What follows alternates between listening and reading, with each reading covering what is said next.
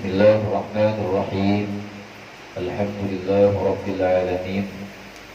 Wassalatu wassalamu ala man arsalahu Allah rahmatan lil alamin. Sayyidina wa nabiyina wa habibina syafi'ina qurrati a'yunina Muhammad wa ala alihi wa ashabihi at-tayyibin at-tahirin. Subhanaka la ilma lana illa ma 'allamtana innaka antal alimul hakim. Tub 'alaina innaka antat tawwabur rahim.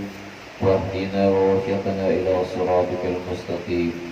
اللهم صل وسلم وبارك على سيدنا مولانا محمد الفاتح لما أغلق والخاتم لما سبق ناصر الحق بالحق والهادي إلى صراطك المستقيم صلى الله عليه وعلى آله وقدره ومقداره العظيم. اللهم اغننا بالعلم وزينا بالحلم واكرمنا بالتقوى وجبنا بالعافية.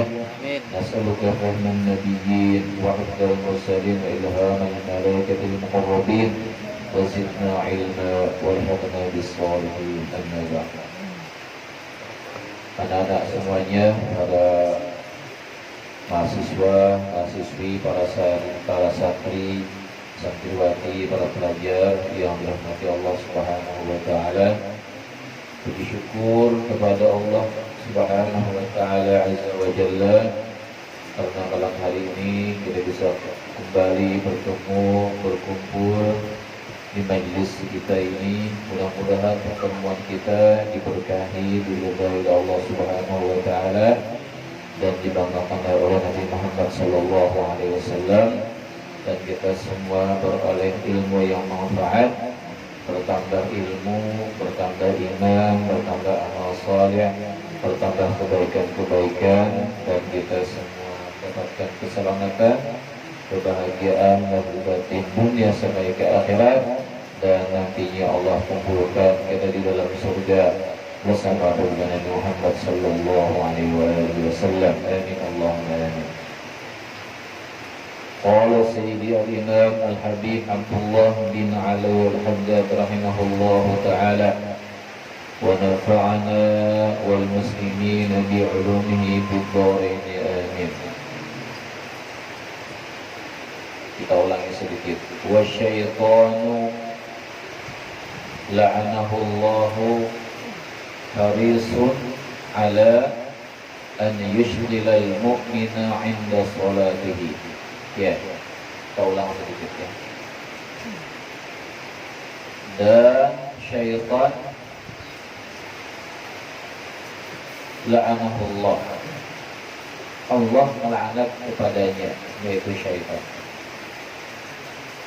Harisun, sangat tamak, sangat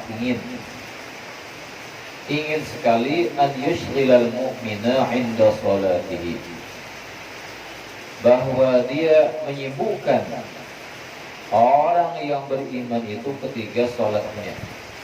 Jadi ketika sembahyang, ketika sholat, syaitannya harisun. Arti harus itu artinya tamak. Haris, ini kan ada haris, ada haris. Lain artinya. Kalau haris itu artinya penjaga. Kalau haris itu tamak. Ya, beda. Nah, tamak sekali, ingin sekali, hendak benar, semangat benar, maka an yusqilal mu'min, menyibukkan orang yang beriman. Ketika apa? Ketika sholatihi, ketika suatu sembahyangnya. Jadi syaitan ini berusaha sedapat mungkin menyibukkan seorang mukmin yang ingin melakukan sembahyang. Apa yang disibukkan? Hati, ya, hati disibukkan supaya lupa kepada Allah Subhanahu wa taala, supaya pikirannya kesana kemari, macam-macam diingatkan waktu sembahyang. Allahu Akbar, Allah Maha Besar. Tapi di dalam Allahu Akbar, ketika takbir Allahu Akbar, tak ingat tarung, berarti tarung Maha Besar. Ya, Allahu Akbar, waktu Allahu Akbar, peringatan HP. Nah, berarti HP Maha Besar. Nah, syaitan digoda terus orang beriman ini. Hatta annahu yuftahu lahu 'inda qiyamihi ila sholati abwaban minal hawaiji. Sehingga annahu bahwasanya yaftahu lahu bahwasanya syaitan ini yaftahu membuka. Syaitan ini membuka lahu baginya siapa? Orang beriman ini. Inda salatihi ketika sembahyangnya inda an yaftahu inda qiyamihi ketika berdirinya ila shalah untuk sembahyang. Sehingga syaitan membukakan bagi orang beriman ini ketika mau sembahyang itu abwaban, pintu-pintu. Nah, minal hawaiji, daripada keperluan. Sudah kami sebutkan minggu yang lalu. Artinya waktu kita di luar sembahyang tadi ingat mana duit, tadi ingat di luar sembahyang. Pas sembahyang, oh ingat di mana andaknya, di bawah tilam. Di luar sembahyang tadi ingat lagi mana buku, di mana andakannya. Pas waktu sembahyang ingat, oh andaknya di mana, di lemari di kamar tengah. Oh, ingat waktu sembahyang. Macam-macam. Di luar sembahyang kada keingatan lagi soal-soal ujian. Pas waktu sembahyang timbul soal-soal ujian. Oh, macam-macam. Di luar sembahyang kada ingat lagi resep kayak pacara pulang pentol yang pas waktu sembahyang ingat resepnya pentol. Nah, ini syaitan nih, kita membuka pintu-pintu macam-macam keinginan daripada keperluan. Dan anehnya diingat waktu sembahyang supaya apa? Supaya kita sibuk dengan urusan-urusan dunia waktu sembahyang, lupa kepada Allah Subhanahu wa taala. Apalagi wa yudzakiruhu, ini dia. Dan syaitan itu mengingatkannya orang yang sembahyang tadi itu asya'an, macam-macam, minal umuri, daripada urusan-urusan, allati yang tuhimmuhu, yang mementingkannya, fi dunyahu, dalam urusan dunianya, lam takun lahu qabla salati ala balin, lam takun, yang tidak timbul, lahu baginya, siapa? Orang beriman sembahyang ini, qabla salat, sebelum sembahyang, ala bali, di dalam hati, timbul macam-macam perasaan dalam hati ketika sembahyang. Hendak wadai lah waktu sembahyang, hendak marasani langsat anum lah waktu sembahyang, hendak nukar sandal cap adidas lah waktu sembahyang, timbul pikiran macam-macam. Nah ini syaitan yang menggoda kita. Nah makanya itu pentingnya kita mempelajari kitab Asrarus Shalah kemarin itu. Maksudnya kita khatamkan. Artinya kita memperbaiki ibadah sembahyang kita, memahami makna bacaan-bacaan sembahyang kita, memahami hakikat sembahyang kita, sehingga hati kita ini sibuk untuk memikirkan bagaimana supaya kita itu ingat kepada Allah Subhanahu wa taala, memahami makna bacaan-bacaan yang kita baca dalam doa-doa atau sembahyang, sehingga hati kita tidak kesana dan kemari. Jadi syaitan kalau mengutik. Nah timbul urusan-urusan yang macam-macam di dalam sembahyang. Padahal di dalam sembahyang pada ada keingatan masalah itu. Itulah di antara tipu daya syaitan waktu kita sembahyang. Wa qasdul la'ini bidzalika, dan maksud al-la'in, la'innya yang dilaknat. Siapa yang dilaknat nih? Yaitu syaitan. Dan maksud daripada al-la'in, orang yang dilaknat ini, yaitu syaitan. Apa maksudnya dia menggoda kita? Apa maksudnya merayu kita waktu sembahyang? Maksudnya apa? Nah, maksudnya tujuannya adalah an yushghilahu fi salatihi. Nah, bahwa yushghila bahwa yushghilahu, bahwa yushghila dia menyibukkan akan dirinya. Ini siapa? Ya orang yang beriman, yang sembahyang. Fi sholatihi, dalam sembahyangnya, anil iqbali 'ala Allah, daripada menghadap kepada Allah, supaya tadi pikiran ke sana kemari. Ada ingat lagi lawan Allah Subhanahu wa ta'ala. Akhirnya ya sahwi teh. Kadang-kadang tambahi sarakaat, kadang-kadang kurang sarakaat. Baca Fatihah pikirannya ke sana kemari, macam-macam yang dipikirkan. Nah, itu syaitan yang menggodai kita tuh. Nah, tujuannya supaya kita lupa kepada Allah. Hati kita tidak kepada Allah. Maka Allah nilai itu hati kita. Ya kan? Nah, jadi kita maunya keduanya. Gerakkan anggota tubuh kita khusyuk dalam sembahyang, hati pun lebih khusyuk dalam sembahyang. Karena apa artinya gerakan tangan khusyuk? Ya, rukuk khusyuk dengan gerakannya, tapi hatinya ke sana kemari. Nah, maka ini akan membuat sembahyangnya tadi hanya sah secara fikih, tetapi tidak ada nilai di sisi Allah Subhanahu wa taala. Kenapa? Karena hatinya tidak fokus kepada Allah Subhanahu wa taala. Cemburu Allah taala, ya kan? Cemburu kita aja misalnya nih, ada seorang kekasih yang kita sayangi Maulana. Nah, ternyata si pacarnya nih kawa membaca hati pacarnya. Nah, di hadapan pacarnya, biniannya mengucap I love you sayangnya. Aku cinta dia, turun cinta lampian sayangnya. Padahal di hati si perempuannya ada lagi laki-laki yang diingatakan. Ya kan? Nah, tapi ternyata laki-laki ini tahunya pada pacarnya ini melain, ada hati kelain juga kata buatnya. Nah, maka dia akan bisa diputusin ya tuh. Bisa PHK tuh. Putus hubungan kasih. Kenapa? Karena ini perempuan mendua hati. Wah, misalnya tuh. Nah, Allah kan ngakon gitu.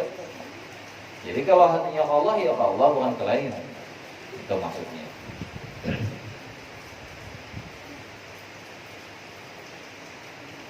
Nah, jadi maksudnya si la'in tadi itu, si syaitan tadi itu menyibukkan orang sembahyang dalam sembahyangnya daripada menghadap Allah Subhanahu wa taala, wal huduri ma'ahu, dan hadir bersamanya Allah fiha, padanya itu sembahyang.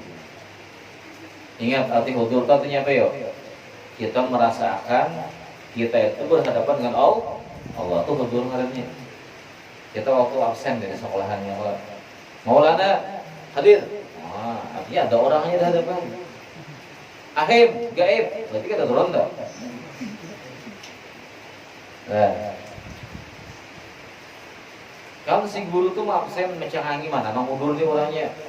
Ya, Fadli hadir. Wah, bahagia gurunya kan. Sayyidi ada aja, gaib. Nah, ada kalau. Jadi merasakan kehuduran itu. Arti hudur tadi itu artinya kita merasakan Allah di hadapan kita. Nah, maka syaitan ini tujuannya menghalangi kita daripada kita menghadap Allah dengan hati kita, dan supaya kita ini tidak hadir di hadapan Allah Subhanahu wa taala. Jadi kata-kata hadir di sini hadir hati kan? Hadir hati. Yang Allah nilai itu adalah hatinya.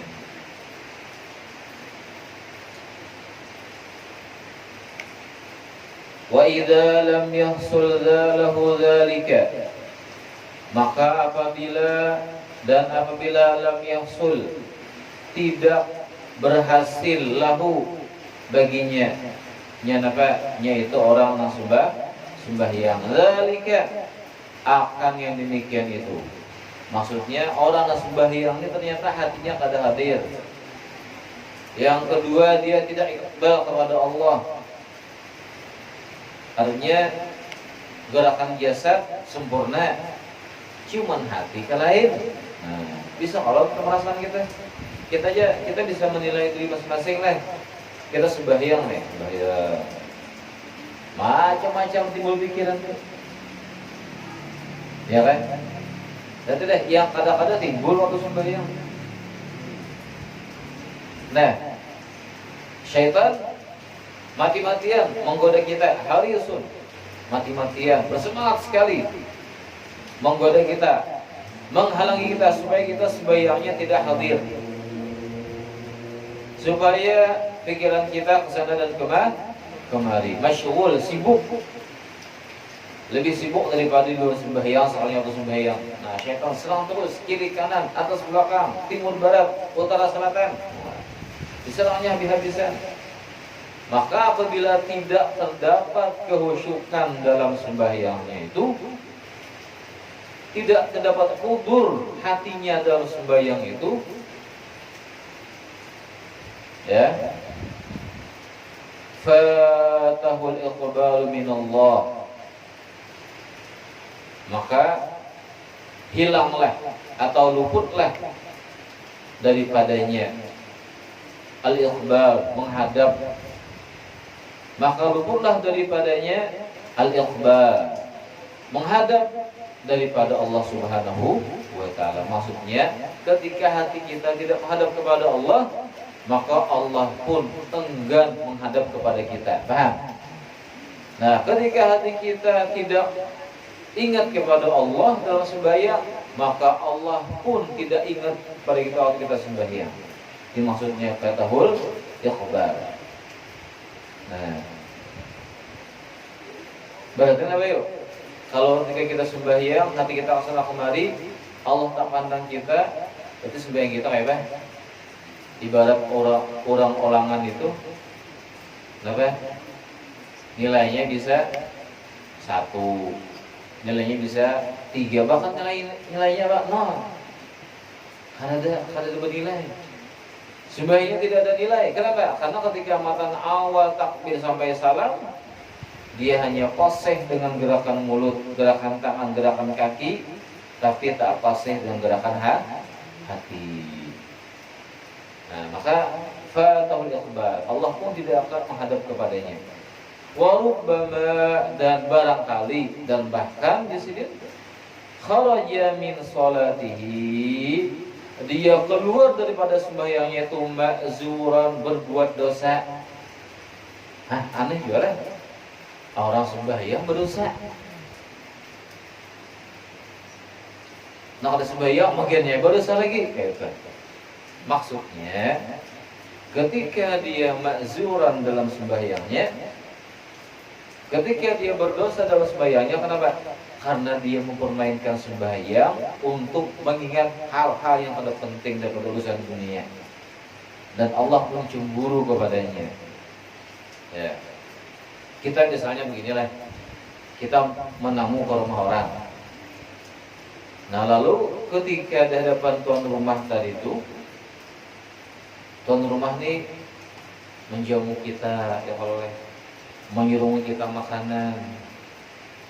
Nah, ternyata kita di rumah orang tadi itu sibuk berbicara dengan handphone aja, bapak dia lagi. Tuan rumah ada kehirani lagi.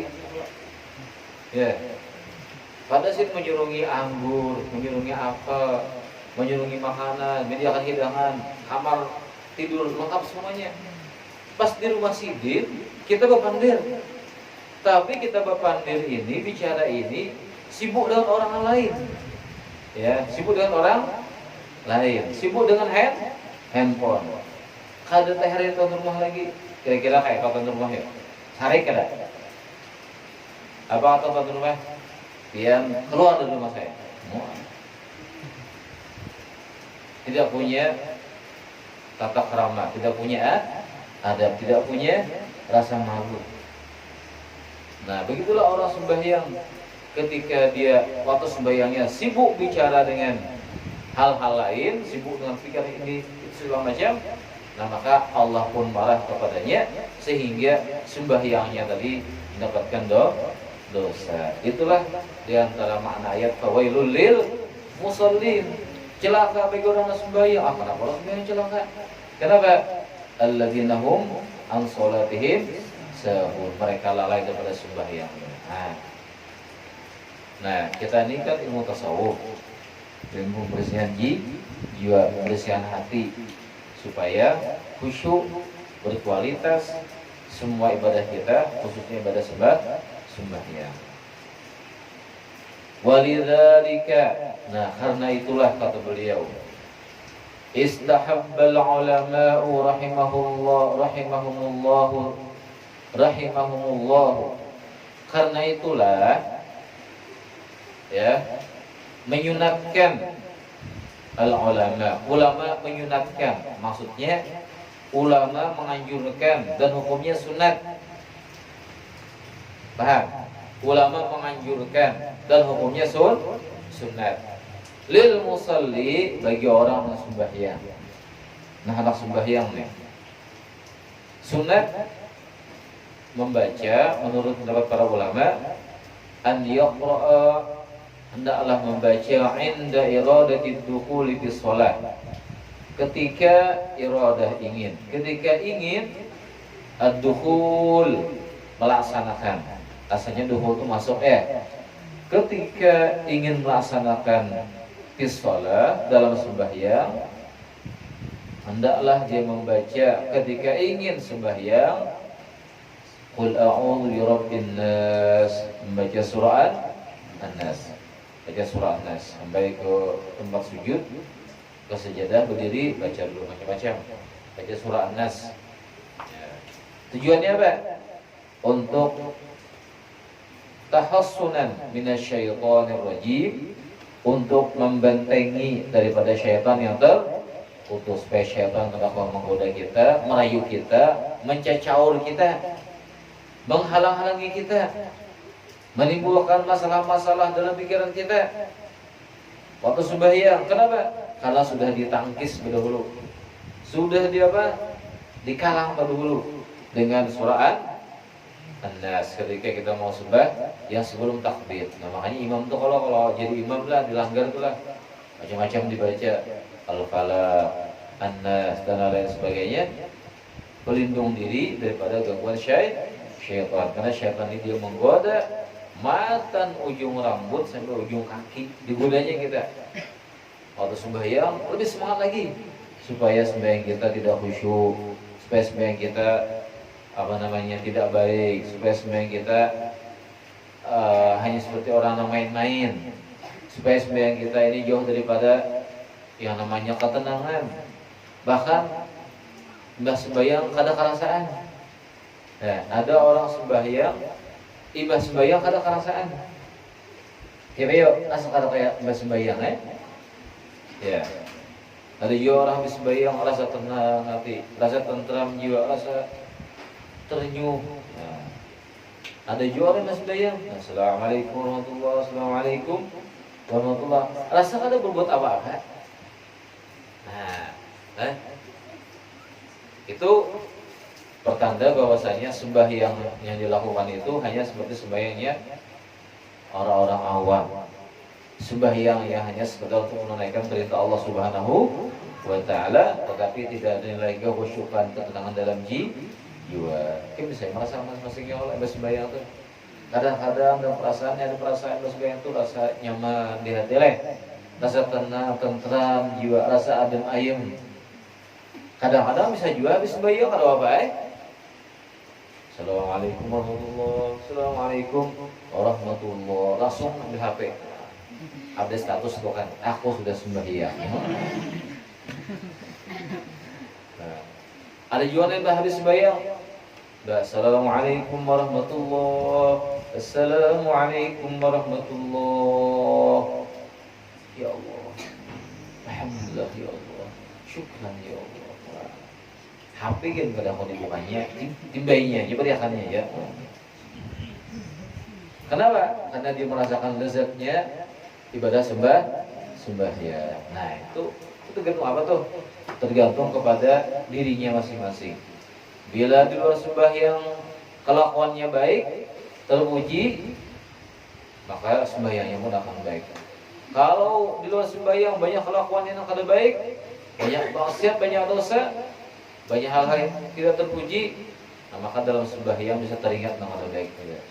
Nah jadi kita sesuaikan pekerjaan kita di luar sembahyang supaya ketika sembahyang kita pun juga mudah untuk khusyuk kepada Allah Subhanahu wa taala.